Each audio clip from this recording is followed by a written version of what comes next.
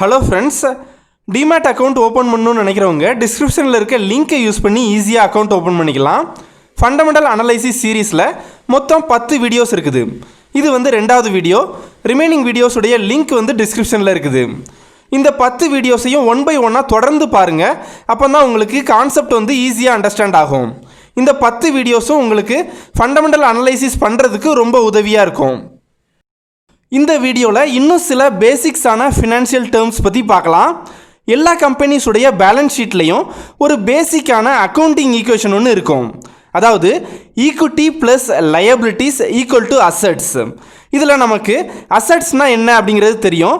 ஒரு கம்பெனியுடைய மொத்த சொத்து மதிப்பு எவ்வளவு அப்படிங்கிறத நமக்கு காட்டக்கூடியது தான் அசட்ஸ்.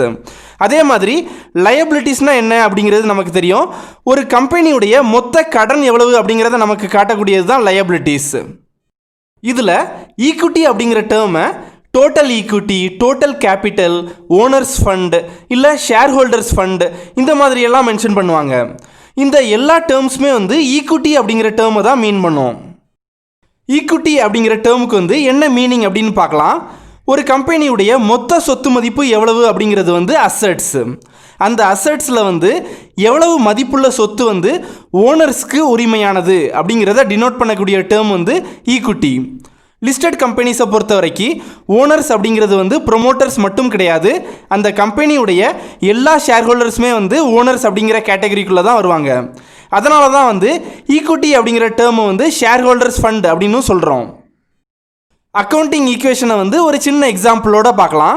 ஃபார் எக்ஸாம்பிள், நான் ஒரு கம்பெனி ஸ்டார்ட் பண்ண போகிறேன்.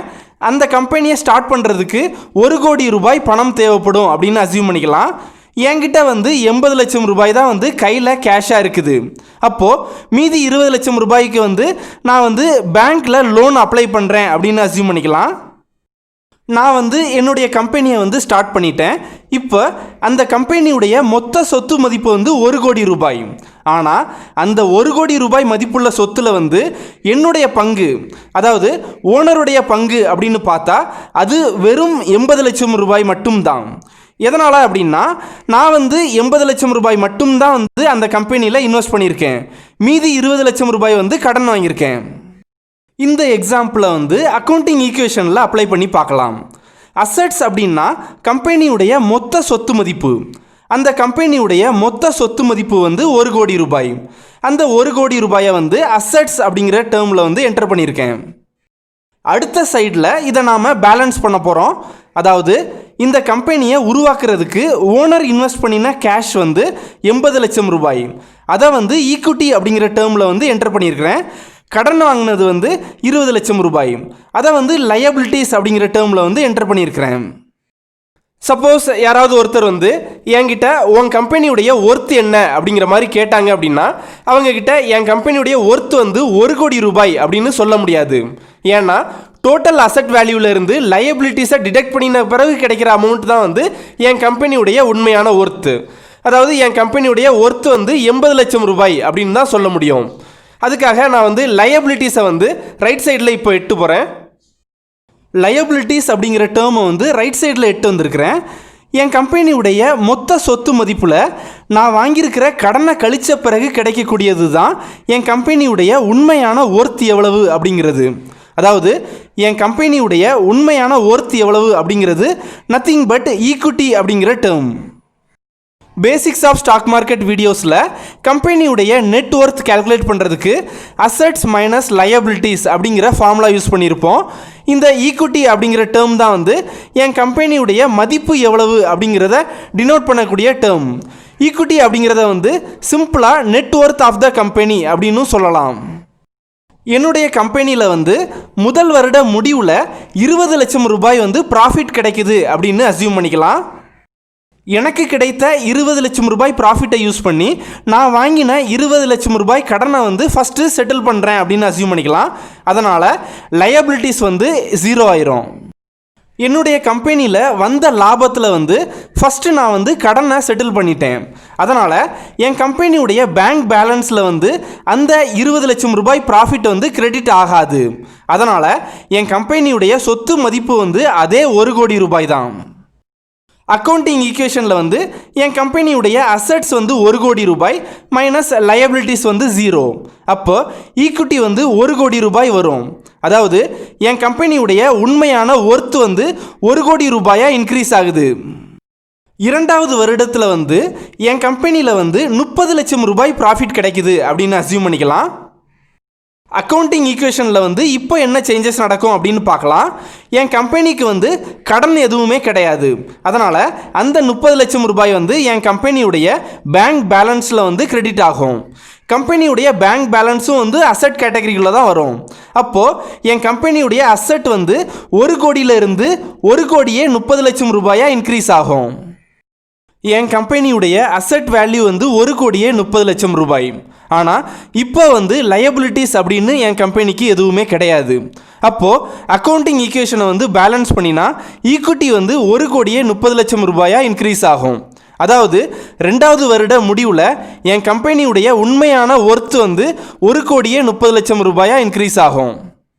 மணி கண்ட்ரோல் வெப்சைட்டில் வந்து எந்த கம்பெனியுடைய பேலன்ஸ் ஷீட்டை ஓப்பன் பண்ணிங்க அப்படின்னாலும் இந்த மாதிரி ஒரு அக்கௌண்டிங் ஈக்குவேஷனை வந்து உங்களால் பார்க்க முடியும்.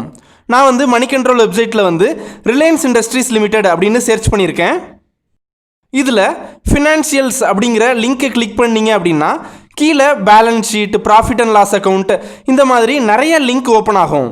அதில் பேலன்ஸ் ஷீட்டை வந்து செலக்ட் பண்ணுறேன். ரிலையன்ஸ் இண்டஸ்ட்ரீஸுடைய பேலன்ஸ் ஷீட் வந்து ஓப்பன் ஆகிருக்குது. இதில் மென்ஷன் பண்ணியிருக்கிற எல்லா நியூமரிக்கல்ஸுமே வந்து க்ரோர்ஸில் வந்து மென்ஷன் பண்ணியிருப்பாங்க. இந்த மணி கண்ட்ரோல் வெப்சைட்டில் பார்த்தீங்க அப்படின்னா பொதுவாக எல்லா கம்பெனிஸுடைய லாஸ்ட் 5 இயர்ஸ் டேட்டா வந்து மென்ஷன் பண்ணியிருப்பாங்க. ஆனால் நீங்கள் எந்த கம்பெனிஸுடைய ஆனுவல் ரிப்போர்ட்டை வந்து டவுன்லோட் பண்ணி பார்த்தீங்க அப்படின்னாலும் மோஸ்ட்டாக அந்த ஆனுவல் ரிப்போர்ட்டில் வந்து லாஸ்ட்டு 2 இயர்ஸுடைய டேட்டா தான் வந்து மென்ஷன் பண்ணியிருப்பாங்க. அதனால் மணி கண்ட்ரோல் வெப்சைட்டை வந்து உங்களுக்கு அனலைஸ் பண்ணுறதுக்கு வந்து ரொம்ப ஈஸியாக இருக்கும். இந்த டேர்ம்ஸை வந்து ஆல்ரெடி நாம் அக்கௌண்டிங் ஈக்குவேஷனில் கேள்விப்பட்டிருக்கோம். பேலன்ஸ் ஷீட்டில் வந்து 2 மேஜரான டைட்டில்ஸ் இருக்கும். ஒன்று ஈக்விட்டிஸ் அண்ட் லயபிலிட்டிஸ், 2வது அசட்ஸ். இந்த 2 டைட்டில்ஸ்க்கு கீழேயும் நிறைய சப்டைட்டில்ஸும் இருக்கும். ஈக்விட்டிஸ் அண்ட் லயபிலிட்டிஸ் இந்த டைட்டிலுக்கு கீழே லாஸ்ட்டாக பார்த்தீங்க அப்படின்னா டோட்டல் கேபிட்டல் அண்ட் லயபிலிட்டிஸ் அப்படின்னு மென்ஷன் பண்ணியிருப்பாங்க. இதில் ஈக்விட்டி அப்படிங்கிற டேர்மை தான் வந்து கேபிட்டல் அப்படின்னு மென்ஷன் பண்ணியிருக்காங்க. இயர் 2020 உடைய total capital and liabilities value வந்து 9,68,912 கோடி ரூபாய். அதே மாதிரி அசட்ஸ் அப்படிங்கிற டைட்டிலுக்கு கீழே லாஸ்ட்டாக பார்த்தீங்க அப்படின்னா டோட்டல் அசட் வேல்யூ மென்ஷன் பண்ணியிருப்பாங்க. இயர் 2020 உடைய டோட்டல் அசட் வேல்யூ வந்து அதே 9,68,912 கோடி ரூபாய். நாம் அக்கௌண்டிங் ஈக்குவேஷனில் வந்து ஏற்கனவே பார்த்துருக்கோம். எந்த கம்பெனிஸுடைய பேலன்ஸ் ஷீட்டை ஓப்பன் பண்ணி பார்த்தீங்க அப்படின்னாலும் இந்த 2 வேல்யூவுமே வந்து சேமாக தான் இருக்கும். அக்கௌண்டிங் ஈக்குவேஷனில் ஈக்விட்டி அப்படிங்கிற டேர்ம் வந்து 2 கேட்டகரிஸாக வந்து டிவைட் ஆகும்.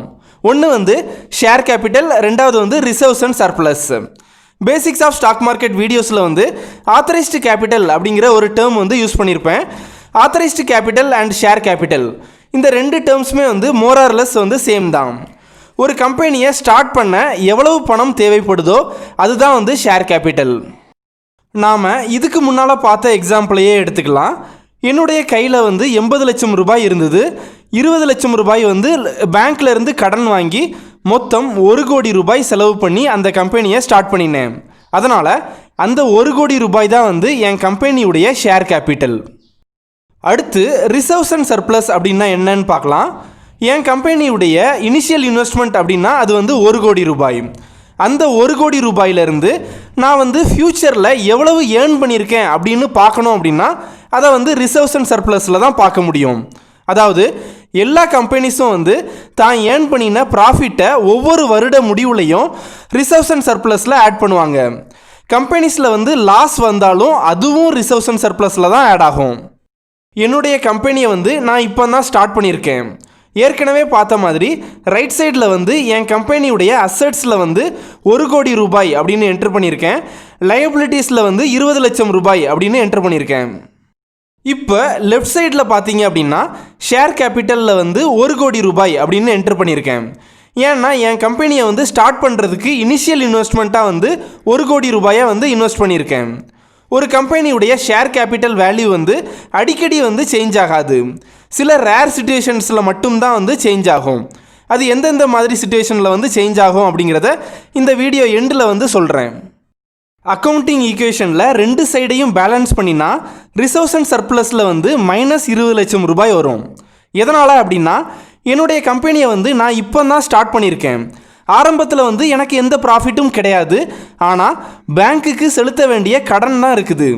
அதனால் ரிசர்வ்ஸ் அண்ட் சர்ப்ளஸ் வந்து நெகட்டிவாக இருக்குது. என்னுடைய கம்பெனியில் வந்து ஃபஸ்ட்டு வருட முடிவில் வந்து 20 லட்சம் ரூபாய் ப்ராஃபிட் வருது அப்படின்னு அஸ்யூம் பண்ணிக்கலாம். அந்த 20 லட்சம் ரூபாயை யூஸ் பண்ணி நான் வந்து ஃபஸ்ட்டு கடனை வந்து திரும்ப செலுத்துகிறேன். அதனால் ரைட் சைடில் வந்து லயபிலிட்டிஸ் வந்து 0 ஆகும். அசட் வந்து சேம் 1 கோடி ரூபாய் தான். லெஃப்ட் சைடில் என்ன சேஞ்சஸ் நடக்கும் அப்படின்னு பார்க்கலாம். ஷேர் கேபிட்டல் வந்து சேஞ்ச் ஆகாது, சேம் 1 கோடி ரூபாய் தான்.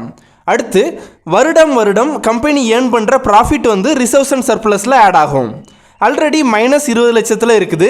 இப்போ +20 லட்சத்தை ஆட் பண்ணினா ரிசர்வ்ஸ் அண்ட் சர்ப்ளஸ் வந்து 0 ஆகும். சப்போஸ் 2வது வருட முடிவில் வந்து என்னுடைய கம்பெனியில் 30 லட்சம் ரூபாய் ப்ராஃபிட் கிடைக்குது அப்படின்னு அஸ்யூம் பண்ணிக்கலாம்.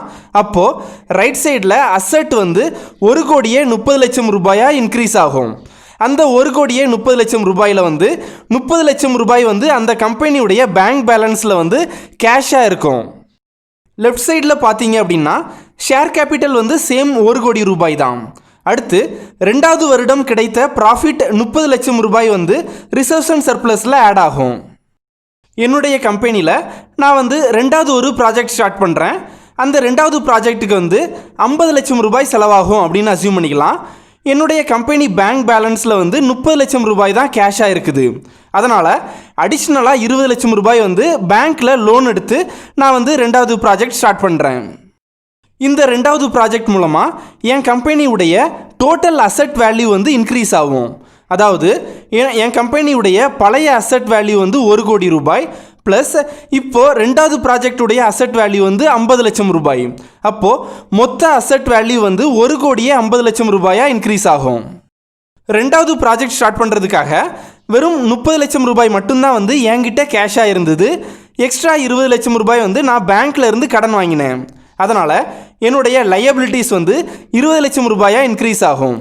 இதே நீங்கள் லெஃப்ட் சைடில் பார்த்தீங்க அப்படின்னா ஷேர் கேபிட்டல் வேல்யூவில் வந்து எந்த சேஞ்சுமே கிடையாது. அது வந்து சேம் 1 கோடி ரூபாய் தான். அக்கௌண்டிங் ஈக்குவேஷனில் ரெண்டு சைடையும் பேலன்ஸ் பண்ணினா ரிசர்வ்ஸ் அண்ட் சர்ப்ளஸ் வந்து சேம் 30 லட்சம் ரூபாய் தான் வரும். லெஃப்ட் சைடில் share capital and reserves and surplus இந்த ரெண்டையும் ஆட் பண்ணினா டோட்டல் ஈக்விட்டி வந்து 1 கோடியே 30 லட்சம் ரூபாய் வரும். இதுக்கு என்ன அர்த்தம் அப்படின்னா 1 கோடியே 50 லட்சம் ரூபாய் மதிப்புள்ள டோட்டல் அசட் வேல்யூவில் ஓனர்கிட்ட இருக்கக்கூடிய அசட் மதிப்பு எவ்வளவு அப்படின்னா அது வெறும் 1 கோடியே 30 லட்சம் ரூபாய் மட்டும்தான். மீதி 20 லட்சம் ரூபாய் வந்து கடனில் இருக்குது. இதை இன்னொரு விதமாக சொல்லலாம். அதாவது என் கம்பெனியுடைய நெட் ஒர்த் வந்து 1 கோடியே 30 லட்சம் ரூபாய். இந்த ஸ்லைடில் ரிலையன்ஸ் இண்டஸ்ட்ரீஸுடைய பேலன்ஸ் ஷீட்டை ஓப்பன் பண்ணியிருக்கேன். இதில் பேலன்ஸ் ஷீட்டில் டோட்டல் ஈக்விட்டியை தான் வந்து டோட்டல் ஷேர் ஹோல்டர்ஸ் ஃபண்ட் அப்படின்னு மென்ஷன் பண்ணியிருப்பாங்க. இதில் ரிலையன்ஸ் இண்டஸ்ட்ரீஸுடைய டோட்டல் ஈக்விட்டி வந்து ஒவ்வொரு வருஷமும் வந்து நல்ல க்ரோ ஆகிருக்குது. இது வந்து அந்த ரிலையன்ஸ் இண்டஸ்ட்ரீஸ்க்கு வந்து ஒரு நல்ல பாசிட்டிவ் சைன். இந்த மாதிரி டோட்டல் ஈக்விட்டி வந்து ஒவ்வொரு வருஷமும் க்ரோ ஆச்சுது அப்படின்னா அது வந்து அந்த கம்பெனிக்கு நல்ல பாசிட்டிவ் சைன். டோட்டல் ஈக்விட்டி வந்து ஃபண்டமெண்டல் அனலைசிஸில் ரொம்ப முக்கியமான ஒரு பேராமீட்டர். அக்கௌண்டிங் ஈக்குவேஷனில் லயபிலிட்டிஸை வந்து 2 வகையாக பிரிக்கலாம். ஒன்று கரண்ட் லயபிலிட்டிஸ், 2வது நான் கரண்ட் லயபிலிட்டிஸ். இந்த ரெண்டுக்கும் என்ன அர்த்தம் அப்படிங்கிறத பார்த்துடலாம். என் கம்பெனி வாங்கின லோனில் நடப்பு ஆண்டில் திருப்பி செலுத்த வேண்டிய தொகை எவ்வளவோ அது வந்து கரண்ட் லயபிலிட்டிஸ். நடப்பு ஆண்டில் இல்லாமல் அதற்கு பின்னால் திருப்பி செலுத்த வேண்டிய தொகை எவ்வளவோ அது வந்து நான் கரண்ட் லயபிலிட்டிஸில் வரும். ஒரு சின்ன எக்ஸாம்பிள் பார்க்கலாம். 2020ஆம் ஆண்டு என்னுடைய கம்பெனிக்கு நான் ஒரு 4 வீலர் வாங்குகிறேன் அப்படின்னு அஸ்யூம் பண்ணிக்கலாம். அதாவது ஒரு 5 லட்சம் ரூபாய் மதிப்புள்ள 4 வீலரை கிரெடிட் கார்டு மூலமாக நான் பர்ச்சேஸ் பண்ணுறேன். அதுக்கு 5 வருடங்கள் நான் இஎம்ஐ பே பண்ணணும். ஒரு வருடத்துக்கு 1 லட்சம் ரூபாய் அப்படிங்கிற அளவில் 5 வருடத்துக்கு நான் இஎம்ஐ பே பண்ணணும். 2020ஆம் ஆண்டு முடிவில் ஃபஸ்ட்டு இஎம்ஐ 1 லட்சம் ரூபாய் நான் பே பண்ணணும். மீதி 4 லட்சம் வந்து அடுத்த 4 வருடங்களில் பே பண்ணணும். நடப்பு ஆண்டான 2020 நான் பே பண்ண வேண்டிய 1 லட்சம் ரூபாய் வந்து என் கம்பெனியுடைய கரண்ட் லயபிலிட்டிஸில் வந்து மென்ஷன் ஆகிருக்கும். பின்வரும் வருடங்களில் நான் பே பண்ண வேண்டிய அந்த 4 லட்சம் ரூபாய் வந்து நான் கரண்ட் லைபிலிட்டிஸில் வந்து மென்ஷன் ஆகிருக்கும். அசட்ஸையும் 2 வகையாக பிரிக்கலாம். ஒன்று கரண்ட் அசட்ஸ், ரெண்டாவது நான் கரண்ட் அசட்ஸ். என் கம்பெனியில் இருக்கிற கேஷ் பேலன்ஸ், அது போக என் கம்பெனி தயாரிக்கக்கூடிய பொருட்களில் எதெல்லாம் ஒரு வருடத்துக்குள்ளே பணமாக மாற்ற முடியுமோ அது கரண்ட் அசட்ஸில் வரும். என் கம்பெனியில் உள்ள பொருட்களில் எதெல்லாம் ஒரு வருடத்துக்குள்ளே பணமாக மாற்ற முடியாதோ அதெல்லாம் நான் கரண்ட் அசட்ஸில் வரும். ஃபார் எக்ஸாம்பிள், நான் ஒரு ஆட்டோமொபைல் கம்பெனி வச்சுருக்கதா அசியூம் பண்ணிக்கலாம். சப்போஸ் என் கம்பெனியில் வந்து ஒரு 30 லட்சம் ரூபாய் வந்து கேஷாக இருந்தால் அது வந்து கரண்ட் அசட்ஸில் வரும். அது போக ப்ரொடக்ஷன் ஒர்க் முடிஞ்சு சேல்ஸுக்கு ரெடியாக இருக்கிற ஆட்டோமொபைல்ஸ் வந்து கரண்ட் அசட்ஸில் வரும். அது போக என் கம்பெனி குடோனில் இருக்கக்கூடிய ரா மெட்டீரியல்ஸும் வந்து கரண்ட் அசட்ஸில் தான் ஆட் ஆகும். எதனால் அப்படின்னா அந்த ரா மெட்டீரியல்ஸை வந்து ஒரு வருடத்துக்குள்ளே நான் வந்து மேனுஃபேக்சர் பண்ணி சேல்ஸ் பண்ண முடியும். என் கம்பெனியுடைய லேண்ட், பில்டிங், மெஷினரிஸ், எக்யூப்மெண்ட்ஸ் இதெல்லாம் வந்து நான் கரண்ட் அசட்ஸில் வரும்.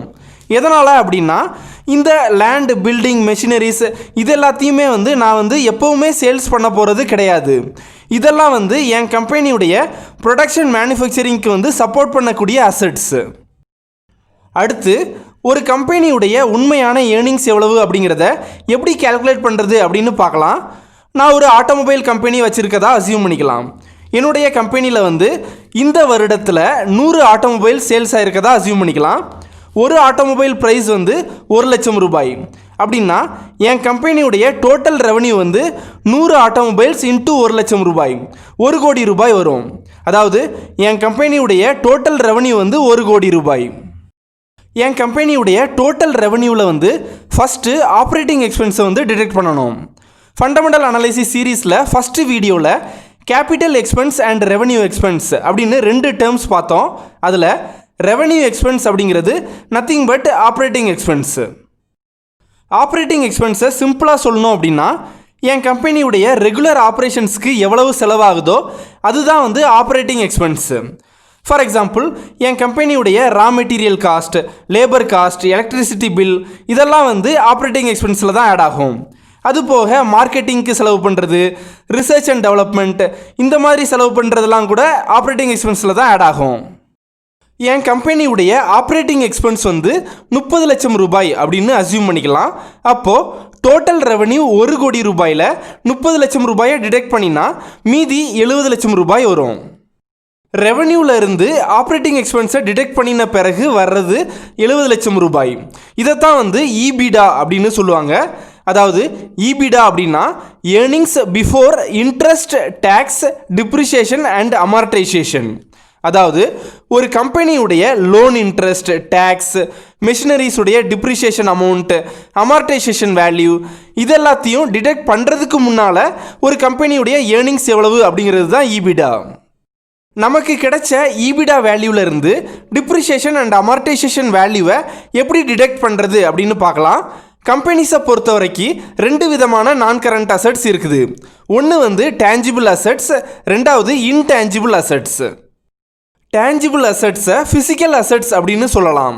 அதாவது என் கம்பெனியுடைய ப்ரொடக்ஷனுக்கு ஹெல்ப் பண்ணக்கூடிய அசட்ஸில் எந்த பொருளெல்லாம் வந்து தொட்டு உணர முடியுமோ அதை வந்து டேஞ்சிபிள் அசட்ஸ் அப்படின்னு சொல்லலாம். எந்த பொருளெல்லாம் வந்து தொட்டு உணர முடியாதோ அதை வந்து இன்டேஞ்சிபிள் அசட்ஸ் அப்படின்னு சொல்லலாம். இன்டேஞ்சிபிள் அசட்ஸை வந்து நான் ஃபிசிக்கல் அசட்ஸ் அப்படின்னு சொல்லலாம்.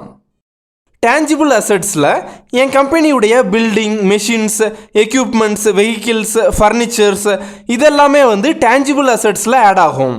எதனால் அப்படின்னா இதெல்லாம் வந்து ஃபிசிக்கலாக தொட்டு உணரக்கூடிய அசட்ஸு. இன்டேஞ்சிபிள் அசட்ஸில் எதெல்லாம் ஆட் ஆகும் அப்படின்னு பார்க்கலாம். என் கம்பெனிக்கு வந்து ஏதாவது சாஃப்ட்வேர் லைசன்ஸ் வாங்குறது, இல்லை ஏதாவது பிராண்ட் நேம் யூஸ் பண்ணுறதுக்கு பே பண்ணுறது, இல்லை காப்பிரைட்ஸ் இல்லை பேட்டன் ரைட்ஸ் இந்த மாதிரி பே பண்ணுறது இதெல்லாமே வந்து இன்டேஞ்சிபிள் அசட்ஸில் ஆட் ஆகும். பொதுவாக டேஞ்சிபிள் அசட்ஸுடைய வேல்யூ வந்து நாள்பட டிக்ரீஸ் ஆகும். இதைத்தான் வந்து டிப்ரிசியேஷன் அப்படின்னு சொல்லுவோம். அதே மாதிரி இன்டேஞ்சிபிள் அசட்ஸுடைய வேல்யூவும் வந்து நாள்பட டிக்ரீஸ் ஆகும். அதைத்தான் வந்து அமார்டைசேஷன் அப்படின்னு சொல்கிறோம். என்னுடைய கம்பெனியில் இருக்கிற எல்லா மெஷின்ஸும் வந்து லைஃப் லாங்குக்கு ஒர்க் ஆகாது.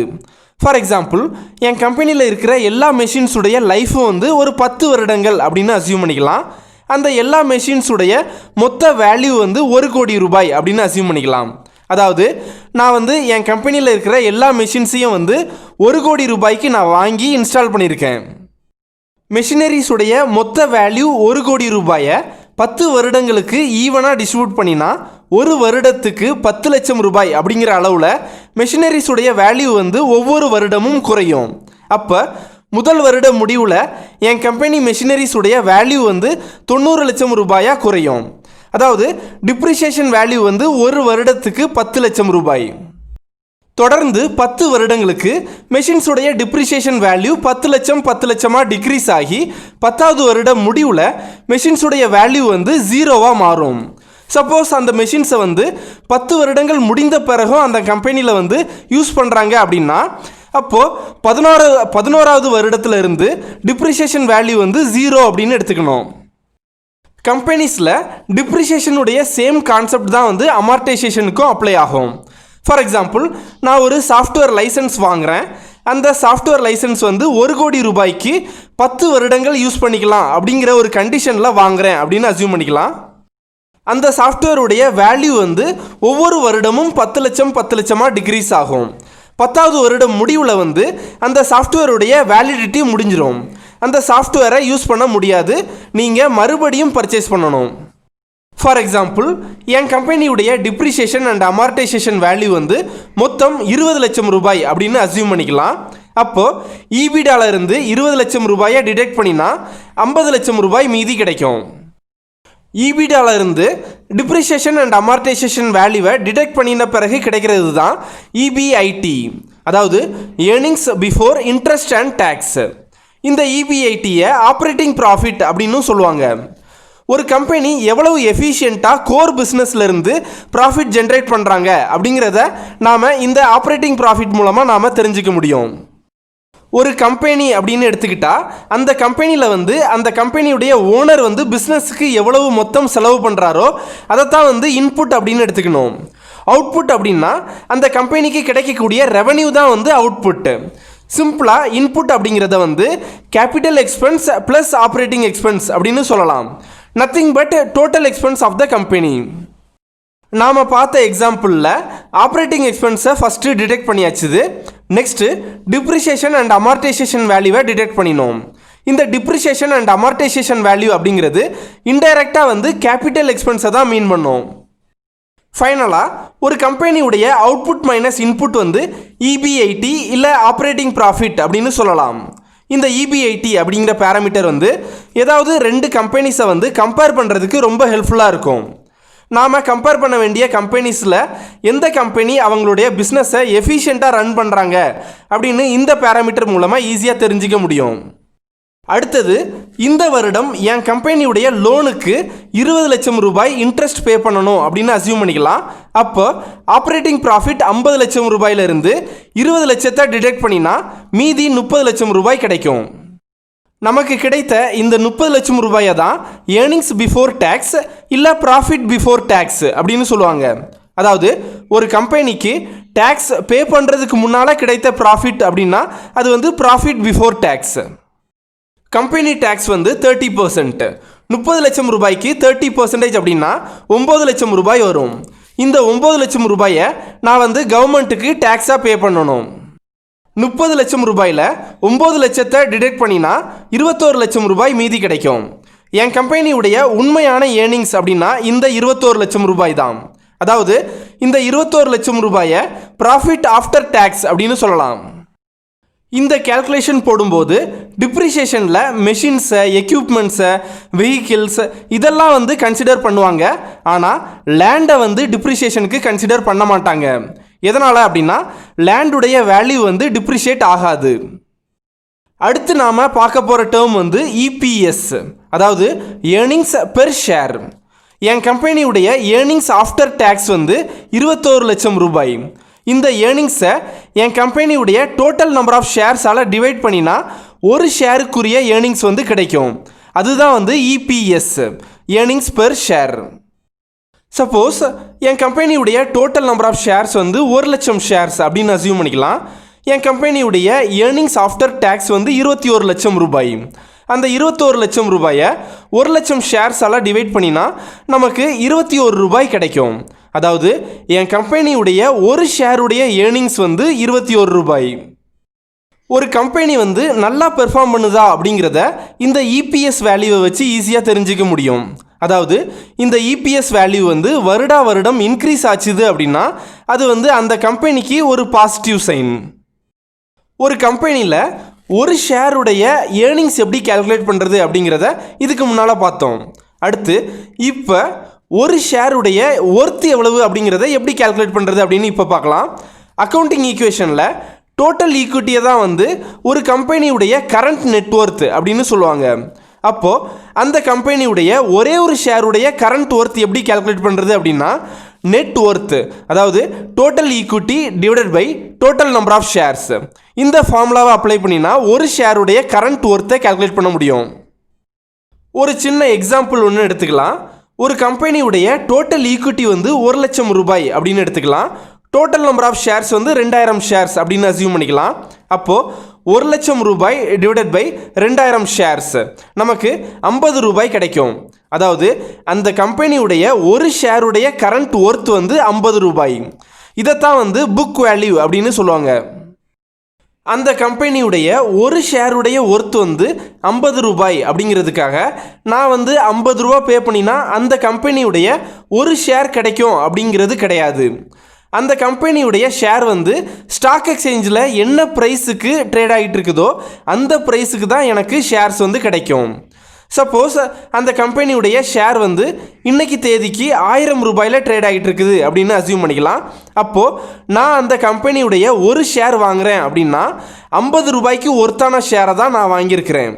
ஆனால் அந்த ஷேருடைய மார்க்கெட் வேல்யூ வந்து 1000 ரூபாய். சில கம்பெனி ஷேருடைய மார்க்கெட் ப்ரைஸ் வந்து புக் வேல்யூவை விட ரொம்ப ஜாஸ்தியாக இருக்கும். அதே மாதிரி சில கம்பெனி ஷேருடைய மார்க்கெட் ப்ரைஸ் வந்து புக் வேல்யூவை விட ரொம்ப கம்மியாகவும் இருக்கும். இது எதனால் அப்படிங்கிறத எக்ஸாம்பிளோட பார்க்கலாம். ஃபார் எக்ஸாம்பிள் XY அப்படின்னு 2 காலேஜஸ் அசியூம் பண்ணிக்கலாம். இந்த 2 காலேஜஸும் ஒரே அளவு நிலப்பரப்பு உள்ளது அப்படின்னு எடுத்துக்கலாம். அதே மாதிரி இந்த 2 காலேஜஸும் ஒரே மாதிரியான ஃபெசிலிட்டிஸ் உள்ள காலேஜஸ் அப்படின்னு அசியூம் பண்ணிக்கலாம். அப்படின்னா இந்த 2 காலேஜஸ் உடைய நெட் ஒர்த் வந்து சேமாக தான் இருக்கும். அப்போது அந்த காலேஜஸ் உடைய நெட் ஒர்த் வந்து சேமாக இருந்தது அப்படின்னா அந்த காலேஜஸ் உடைய புக் வேல்யூவும் சேமாக தான் இருக்கும். இந்த 2 காலேஜஸையும் 2 விதமாக திங்க் பண்ணலாம். அதாவது காலேஜ் எக்ஸில் மேனேஜ்மெண்ட் வந்து நல்லா செயல்படுது, அதனால் நல்ல அட்மிஷன்ஸ் இருக்குது.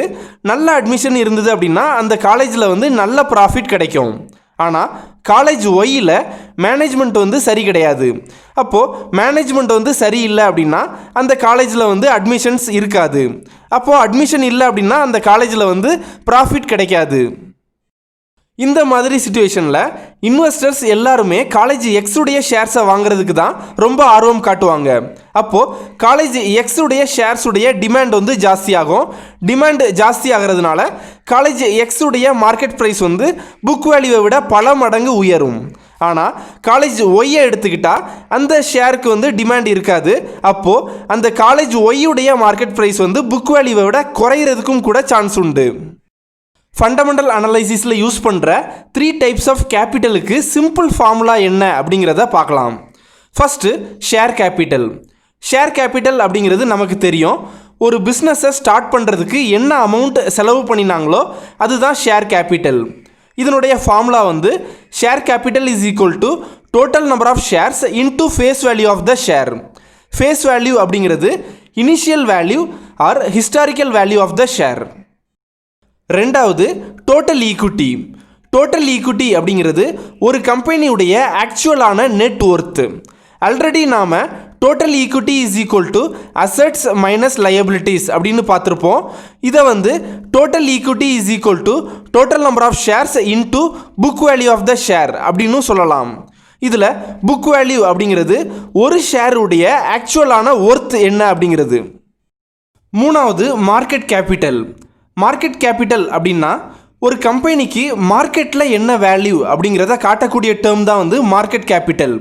Market capital is equal to total number of shares into market price of the share. இதில் மார்க்கெட் ப்ரைஸ் அப்படிங்கிறது அந்த கம்பெனி ஷேருடைய எல்டிபியை குறிக்கிறது. அக்கௌண்டிங் ஈக்குவேஷனில் ஒரு சின்ன எக்ஸாம்பிள் பார்க்கும்போது ஷேர் கேபிட்டல் வேல்யூ வந்து சேஞ்ச் ஆகாது அப்படிங்கிற மாதிரி சொன்னேன். ஆனால் இப்போது ரிலையன்ஸ் இண்டஸ்ட்ரீஸுடைய பேலன்ஸ் ஷீட்டை ஓப்பன் பண்ணியிருக்கிறேன். இதில் 2017 கம்பேர் பண்ணுறதை விட 2018 ஷேர் கேபிட்டல் வேல்யூ வந்து டபுள் ஆயிருக்குது. எதனால் ஷேர் கேபிட்டல் வேல்யூ வந்து 2018 டபுள் ஆச்சுது அப்படின்னா 2018 வந்து ரிலையன்ஸ் இண்டஸ்ட்ரீஸ் வந்து 1:1 ரேஷியோவில் போனஸ் ஷேர்ஸ் கொடுத்தாங்க. அதனால் அந்த கம்பெனியுடைய டோட்டல் நம்பர் ஆஃப் ஷேர்ஸ் வந்து டபுள் ஆச்சுது. அதன் மூலமாக ஷேர் கேபிட்டல் வேல்யூவும் டபுள் ஆயிடுச்சுது. சின்ன ஒரு எக்ஸாம்பிள் எடுத்துக்கலாம். ஒரு கம்பெனியுடைய டோட்டல் நம்பர் ஆஃப் ஷேர்ஸ் வந்து 1000 ஷேர்ஸ்னும் ஃபேஸ் வேல்யூ வந்து 10 ரூபாய் அப்படின்னும் அசியூம் பண்ணிக்கலாம். அப்போது அந்த கம்பெனியுடைய ஷேர் கேபிட்டல் வேல்யூ வந்து total number of shares 1000 into face value 10 ரூபாய், மொத்தம் 10,000 ரூபாய் கிடைக்கும். அதுதான் வந்து அந்த கம்பெனியுடைய ஷேர் கேபிட்டல் வேல்யூ. சப்போஸ் அடுத்த வருடம் அந்த கம்பெனி வந்து 1:1 ரேஷியோவில் போனஸ் ஷேர்ஸ் கொடுக்குறாங்க அப்படின்னா அந்த கம்பெனியுடைய டோட்டல் நம்பர் ஆஃப் ஷேர்ஸ் வந்து 2000 ஷேர்ஸாக இன்க்ரீஸ் ஆகும். ஃபேஸ் வேல்யூ வந்து சேம் 10 ரூபாய் தான். அதனால் ஷேர் கேபிட்டல் வேல்யூ வந்து அப்படியே டபுள் ஆகும். அதாவது ஷேர் கேபிட்டல் வேல்யூ வந்து 20,000 ரூபாயாக இன்க்ரீஸ் ஆகும்.